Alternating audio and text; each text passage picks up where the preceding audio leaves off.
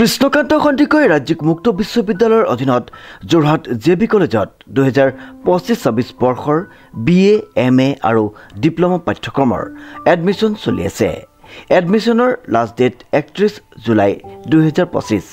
নামভৰ্তিৰ বাবে যোগাযোগৰ নম্বৰটো হৈছে 9954692884 অথবা 9706357140 জেবি কলেজ যোৰহাট।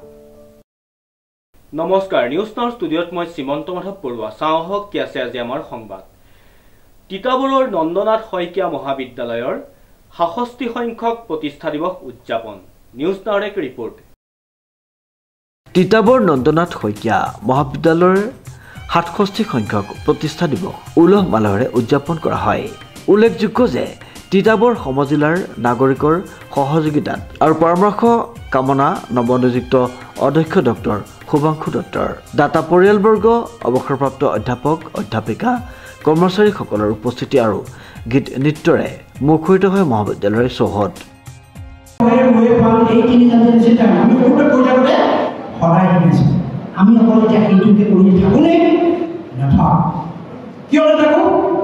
অসম আন্দোলন কৰিলোঁ, ৬ বছৰ ভাষা আন্দোলন কৰিলোঁ, সৰ্বজনীন আন্দোলন কৰিলোঁ, আমাৰ শিক্ষাৰ সংস্কাৰৰ কাৰণে আন্দোলন কৰিলোঁ। এতিয়া আৰু বেলেগ বেলেগ আন্দোলনৰ কথা আছে। গতিকে আমি ছাত্ৰ ছাত্ৰীসকলে পঢ়াই গৈ পাওঁতে আৱদ্ধ থাকে। কাণ মোৰ সদায় সচেতন কৰি থাকিব লাগিব, কাণখন সচেতন কৰি থাকিব লাগিব, চিন্তা কৰিব লাগিব আমাৰ জাতিটো প্ৰকৃততে জাতি হৈ থাকিবনে, এই কথাটো আমি চিন্তা কৰিব। বৰা চাৰে কোৱাৰ নিচিনাকৈ ভাষাটোক আমি বেছি গোল গোল বুলি কৈ থকা মানুহবিলাকে কিন্তু ভাষাটোক ৰাখিবৰ কাৰণে আমি কিন্তু বিশেষকৈ একো নকৰোঁ। আমি একো নকৰা মানুহখিনি আমি চিঞৰ বাখৰ কৰিলোঁ, ভাষাটো গ'ল, ইংৰাজী মাধ্যমত ক'ব হ'লে অমুক কৰিলে তমুক কৰিলে আমি কৈ থাকোঁ। কিন্তু আমি অসমীয়া ভাষাটোৰ বৰ্ণশুদ্ধিৰ কাৰণে বিশেষকৈ এতিয়া প্ৰমাণ পোৱা যায় ক'ত, এই যে ফেচবুকৰ পৃষ্ঠাত যিবোৰ কথা লিখি থাকে, কমেণ্ট কৰে বা ক'ৰবাত লিখে, ইমানেই ভাষা বিভ্ৰাট, বৰ দুখ লাগে। সেইখিনি বাৰু পঢ়া শুনা নাই কৰা কথা কৈছে, পঢ়া শুনা নকৰা মানুহে দেখিছে, কিন্তু পঢ়া শুনা কৰা মানুহবিলাকেও যেতিয়া ৰখি থাকে বুলি কয়, যোনে যোনে ভাল পোৱা হাত দাঙা বুলি কয়, এই কথাবিলাক কিন্তু প্ৰকৃততে অসমীয়া ভাষাৰ কাৰণে এতিয়া এটা ডাঙৰ প্ৰত্যাহ্বান আহিছে। আমি কোন দিশে গৈ থাকিব? আমি ভাষাটোক বিশুদ্ধতাৰ ফালে লৈ যাম, ভাষাটোক আগবঢ়াই ফালে লৈ যাম। অসমীয়া ভাষাটোক আগবঢ়াই লৈ যাবৰ কাৰণে যিসকল কাণ্ডাৰীয়ে চিৰদিন চেষ্টা কৰিলে, সেইসকলৰ বহুসকল থৈ গুচি গ'ল। সেইসকলে মাত্ৰ আমাক চানেকি কিছুমান দি থৈ গুচি গ'ল যে এইটো কৰিব লাগে। সত্যনাৰায়ণ বৰদলৈ আমাক চানেকি কিছুমান দি থৈ গুচি গ'ল, যিখিনি কৰিলে আমি সদায় ভাবি থাকিব। উল্লেখযোগ্য যে তিতাবৰৰ গৰিমামণ্ডিত অগ্ৰণী উচ্চ শিক্ষানুষ্ঠান নন্দনাথ শইকীয়া মহাবিদ্যালয়ৰ ৬৬ সংখ্যক প্ৰতিষ্ঠা দিৱস মহাবিদ্যালয়খনেৰ ডাক্তৰ জীৱকান্ত শইকীয়া প্ৰেক্ষাগৃহত মঙলবাৰে দিনজোৰা কাৰ্যসূচীৰে অনুষ্ঠিত হৈ যায়। ছাত্ৰী দৰ্শনা বৰাৰ বৰগীত পৰিৱেশনেৰে শুভাৰম্ভ হোৱা আৰু মহাবিদ্যালয়খনৰ নৱনিযুক্ত অধ্যক্ষ ডক্টৰ শুভাংশু দত্তৰ সভাপতিত্বত অনুষ্ঠিত প্ৰতিষ্ঠা দিৱসৰ নিৰ্দিষ্ট বক্তাৰূপে ভাষণ প্ৰদান কৰে বিশিষ্ট শিক্ষাবিদ, আদৰ্শ কৃষক, পদাৰ্থ বিজ্ঞান বিভাগৰ অৱসৰপ্ৰাপ্ত মুৰব্বী অধ্যাপক ডক্টৰ বুদ্ধিন্দ্ৰনাথ শইকীয়াই। আজি এই মহিমামণ্ডিত অনুষ্ঠানৰ জৰিয়তে আমাৰ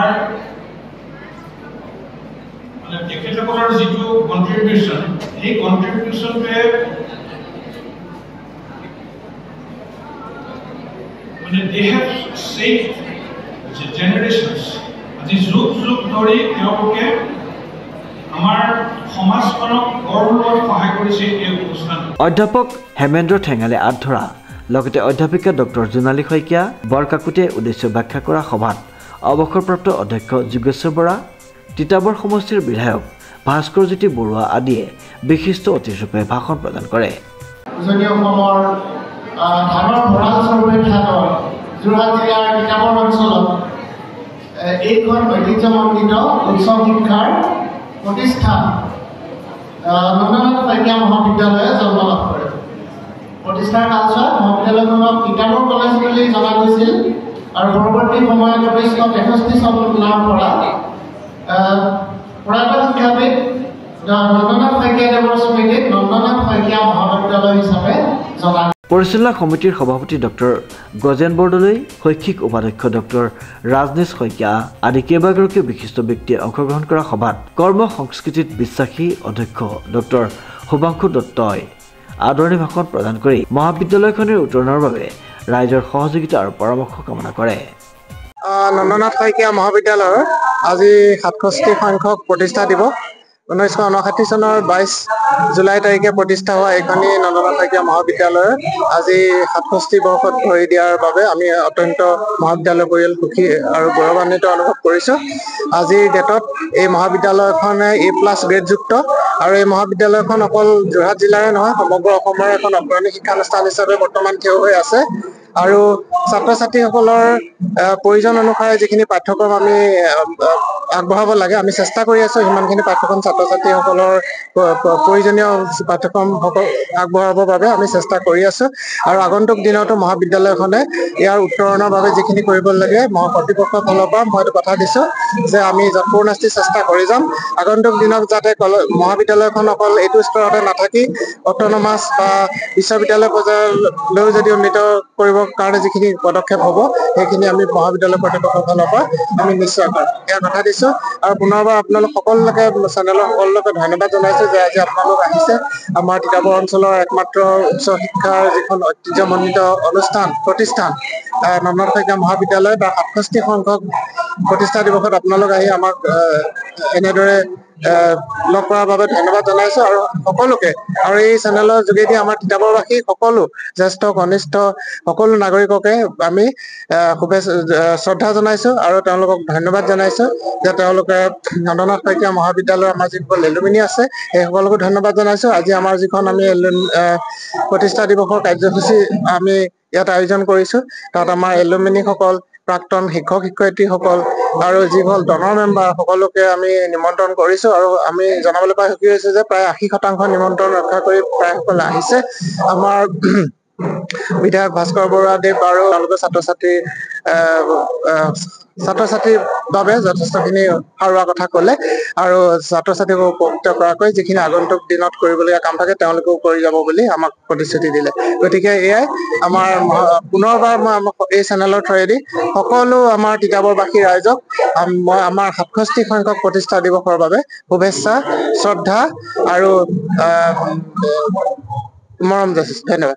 ছাত্ৰ ছাত্ৰীসকলে গীত নৃত্য পৰিৱেশনেৰে উপস্থিত সকলোকে আপ্লুত কৰাৰ লগতে ভিন্ন প্ৰান্তৰ পৰা অহা 1000ৰো অধিক অধ্যয়নৰত আৰু প্ৰাক্তন ছাত্ৰ ছাত্ৰী অৱসৰপ্ৰাপ্ত অধ্যাপক অধ্যাপিকা কৰ্মচাৰী তথা শুভাকাংক্ষী শিক্ষানুৰাগী ৰাইজৰ উপস্থিতিয়ে প্ৰতিষ্ঠা দিৱসটি সাফল্যমণ্ডিত কৰি তোলে। উল্লেখযোগ্য যে প্ৰতিষ্ঠাকালৰ পৰাই বৰ্তমানলৈকে অডিঅ' ভিজুৱেলৰ যোগেদি সুদীৰ্ঘ পৰিক্ৰমা প্ৰদৰ্শন কৰা অনুষ্ঠানত দাতা পৰিয়ালবৰ্গৰ উপৰিও মহাবিদ্যালয়খনৰ অৱসৰপ্ৰাপ্ত অধ্যাপক অধ্যাপিকা আৰু কৰ্মচাৰীসকলক সম্বৰ্ধনা জ্ঞাপন কৰা হয়। Bureau report news now.